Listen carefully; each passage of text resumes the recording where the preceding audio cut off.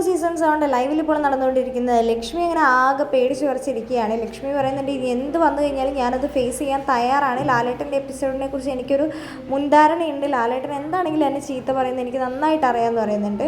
ആ സമയത്താണ് ലക്ഷ്മി പറയുന്നത്, ഞാൻ അങ്ങനെ എല്ലാവരോടും ദേഷ്യപ്പെട്ട് സംസാരിച്ചുകൊണ്ട് നടക്കുന്ന ഒരാളല്ല. ഞാൻ ഈ ബിഗ് ബോസ് വീട്ടിൽ ഭയങ്കര സൈലൻ്റാണ്. ഞാൻ ഇങ്ങനെ തന്നെയാണ് എൻ്റെ ക്യാരക്ടർ. മസ്താനി എൻ്റെ ഫ്രണ്ട് ആയതുകൊണ്ട് മാത്രമാണ് ഇപ്പോൾ ഈ ഒരു വിഷയത്തിൽ ഞാൻ ഇടപെട്ടത്. ഞാൻ അങ്ങനെ അനുമോളുടെ അടുത്തൊന്നും ഞാൻ പോവാറില്ല, സംസാരിക്കാറില്ല.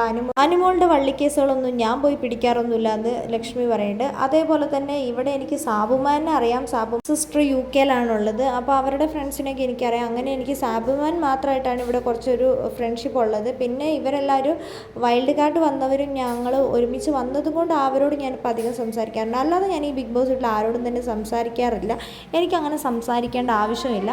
അപ്പാനിയുടെ ഭാഷയെക്കുറിച്ച് ലക്ഷ്മി വളരെ മോശമായിട്ട് പറഞ്ഞിട്ടുണ്ടായിരുന്നല്ലോ. സ്വന്തം കൂട്ടുകാരിയെ മസ്താനി റന ഫാത്തിമേനെ ഓരോ ഫിംഗേഴ്സ് കാണിച്ച് ഇവിടെ അധിക്ഷേപിച്ചതിനെക്കുറിച്ച് എന്തുകൊണ്ട് മസ്താനിയോട് ലക്ഷ്മി ഒന്നും പറഞ്ഞില്ല എന്ന് അക്ബർ ചോദിക്കുന്നുണ്ട്. ഞാൻ അവളെ ചീത്ത പറഞ്ഞിട്ടുണ്ടായിരുന്നല്ലോ. ഇന്നലെ നോമിനേഷൻ ഞാൻ മസ്താനിയാണല്ലോ ചെയ്തത്. എൻ്റെ വ്യക്തമായ കാരണം ഞാൻ അവിടെ പറയുകയും ചെയ്തതാണ് ലക്ഷ്മി പറയുന്നത്.